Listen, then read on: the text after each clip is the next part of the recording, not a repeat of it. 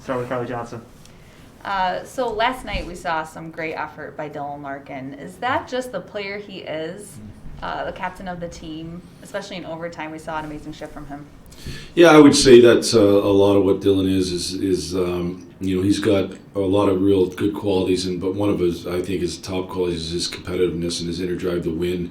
And he didn't have much in the tank when he tracked down their player there at the end of the game. I mean, he couldn't have much in the tank at all. So it was a pretty impressive effort, a big moment. But I do think that's just who he is. That's the type of work ethic he has on a night-to-night basis. And Troy Stetcher coming off of an injury, a long break for him, able to net one last night. That must have been pretty exciting. Yeah, good for him. It's been those are hard times when you're off, injured long term. I think they're, you're away from the team. It can be real hard mentally, and I think it's a grind. And so for him to get back into a spot where he could, help us win the game with a goal is awesome. And Jacob Brenna in controlled contact, practicing with the team. We see him out of the blue jersey, so he's inching that much closer. What exactly is controlled contact? What can he not do? Well, right now, excuse me. Okay. The way that you work it is you start with him after practice being in situations where he's initiating the contact, and we'll do that for a number of days, and then we'll get into where someone's initiating more physical contact on him. He's in a regular jersey, but our guys know not to hit him right now. So he's not, faced with any of those unknown shots that kind of come out of nowhere and any of those unknown battles. So again, the phases kind of start with him initiating contact, and then in a controlled setting, meaning one-on-one, and then he he gets contact initiated on him in a controlled setting, one-on-one, and you kind of move from there into more full contact. Exciting. All right, last but not least, we have a few days of practice, a few days with no games leading up to our Colorado game next Wednesday. Is it a time that you can go back to the basic fundamentals of the game and really hone in on some structures in the team? Yeah, I mean, we tried to work on a few different things today that were probably power play and penalty kill, which had to do in a competitive environment where there were 1 minute power plays and the loser skated. We had some D zone work in there, similar type of thought. Monday, Tuesday we'll hone in kind of on some of those. I would say structure and fundamentals will probably be the key. Awesome, thanks, Coach. Yep. Answer, Con? Yeah, Jeff, your team's record in overtime and shootouts this year much improved from last year. Anything you can attribute that to? Is just a matter of more experience in those situations, or growth, or anything that comes to mind there as why that is much better this year? We've had obviously some, I've talked about this lots. We've had some infusion of talent. Guys that play in those situations that wouldn't have been there a year ago. Nicoletti, Moritz, Razor. I also think Dylan Larkin, Tyler Bertuzzi, Robbie Fab, I think those guys have gotten better. Phil Hronik in those situations. I think they've learned how to create without cheating for offense, and not always perfect, but I think to a real good degree. So I think that's part of it. Shootouts are different probably.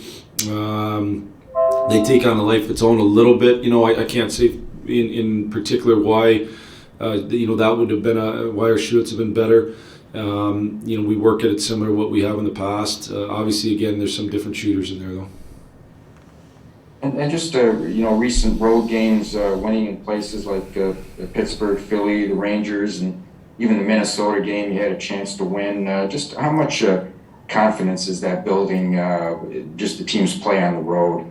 Yeah, hopefully lots. Hopefully we're understanding that when we play good hockey, we can win. And I think to be honest with you, we had even better hockey in us. So I'm a believer that if we can learn to play at our best on a more consistent basis, and I don't mean necessarily that you're all playing to your optimal 100%. That's not going to happen every night. But the style of which we play, making sure that we're taking care of the puck, playing in the O-zone more, trying to be on top of teams. If we can do that on a more consistent basis, I think we can continue to have even more success on the road. So we'll keep working at it.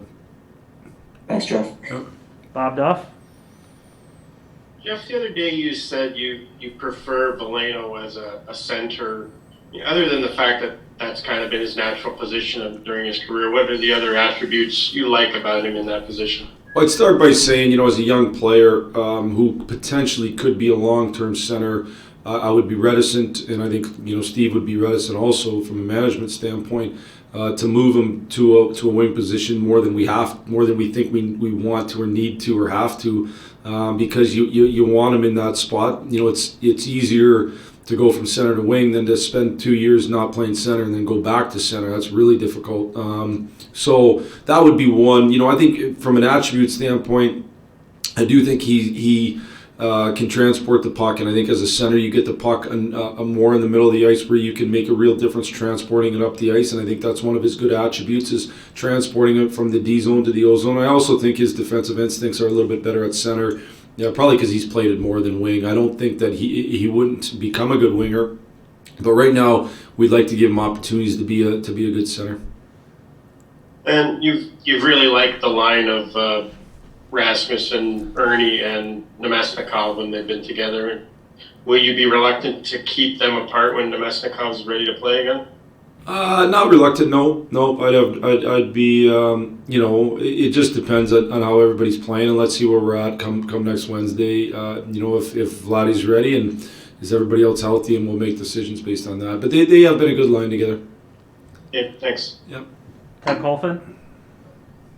Hey Jeff, what have you thought about Phillips Dina's game since you put that line together? It seems like he's been pretty active on the ice and whatnot. Yeah, I think he's done a good job. I think he's competed hard. He's tried to do it the right way. I think he's done a good job. So he's just got to, when he gets these opportunities like he has, make the most of it. And I think he's doing that. He's trying to be a real impact without cheating for offense, without not taking care of his defensive responsibilities. So I think overall he's done a good job.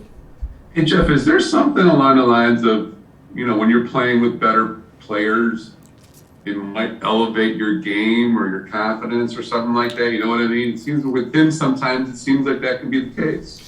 Well, some guys, yeah, I would say with everybody, confidence would help for sure. And I think, sometimes you just find a good match. And, Dylan's a real good, I would say, controller of the puck. He has the puck a lot, and so, and he, as I've said with Razor, he's got legs for the guys on his wing, and he's an athlete that can go against anybody in the league. And so it allows those other guys then maybe to use their best attributes, in different ways. And so certainly some guys are exponentially better when they get moved up the lineup with better players, and some guys aren't. And so far, I think Z's done a good job. Sounds good. Thanks for this. Yep. Helene St. James. Jeff, just with Jamal Smith, what did or didn't you see there? Well, what do you mean? Is he on waivers today? Oh, what time is it, Helene? 2:18. Wow. No, it is later, right? I forgot about what time we practiced. Listen, it gives flexibility. Gives flexibility for opportunities to, depending on if guys get healthy coming back, where our roster's at, having guys opportunity to send to the minors. So, as I've said before, just because somebody goes on waivers, it doesn't mean if he's not claimed that he doesn't stay here. Jamel hasn't had tons of opportunity yet. He hasn't played lots yet, but if Carter Rowney and Vladdy's back and you kind of you're looking at a pretty full roster, I'm not sure he's in the lineup on Wednesday, and so this gives us some flexibility. And is it also just a little bit, again, with, is that you want to see Joe in the middle, and that's kind of where Jamel's position would be otherwise? Yeah, I mean, Jamel's a natural center. I've played him a little bit on the wing the last couple of games, but, when you got Carter, you got Rass, you got Such, you got Larks, and Joe, you got to make some decisions. So, we'll see where it goes. I think we have flexibility, obviously, with Joe because we don't need to put him on waivers. This would give us some flexibility with Jamel. And you just want that flexibility when you're going to make decisions on a lineup on a night-to-night basis. And then just on a broader concept, your team's ability to you know, you've kind of one lost one here lately. I mean, to just stay at 500 or get a little bit above it, how significant is that just, you know, compared to the past couple seasons? Yeah, it's important in this league not to get on a bad stretch, and that's easier said than done. And you know, we've got a tough stretch ahead of us still, but it's important to follow up losses with wins. I just think, you know, there's a snowball effect, and sometimes, you know, it's not necessarily the case right now, but sometimes you play so much that next thing you turn around and you've lost 5 straight, and you just really lose real positions in the standings. And so, you know, we've been able to do a pretty good job of that all season. We're going to need to, but we're also going to need to go on a run and find ways to win, you know, 6 or 7 in a row. And again, that's not easy. It starts with 2. But I would say, you know, it speaks to the fact that I think our guys have done a good job mentally of having mental toughness coming back and recognizing the urgency of the moment. I thought we did that certainly to start the game last night. We were excellent. Made some mistakes throughout, but we were excellent early. And also, as I said before, there's obviously been an infusion of talent, so it gives you a better position to compete on a night-to-night basis. Lastly, just, is it kind of difficult to, when you look at the standings, judge really where you are? Because the games, there's still a fair bit of disparity. I think it's going to even out at the end of this month, maybe finally. But 3-4 games is quite, I mean, that does kind of skew what you can read into it. Yeah, for sure. You know, there's games in hand that certain teams have, and so that can skew it for sure. You know, I think from our perspective, we just got to keep putting pressure on teams above us by trying to win as many hockey games as we can. We don't have control over whether or not they, meaning other teams, win their games in hand. You know, games in hand are great unless you don't win them. And nothing guarantees. You know, you can look at somebody with 3 games in hand and say, well, that's 6 points. Well, they got to win all 3 of those games, and so that's not always easy. So we just got to keep doing 2 things here. One, growing and getting better, not just for right now, but for our future. And 2, put as much pressure as we can on the teams above us. And you do that by playing great hockey and winning as many as you can. Thank you. Yep. All right, those are all the questions we had today for Coach Blashill. We'll be back shortly with Sam Gagnon.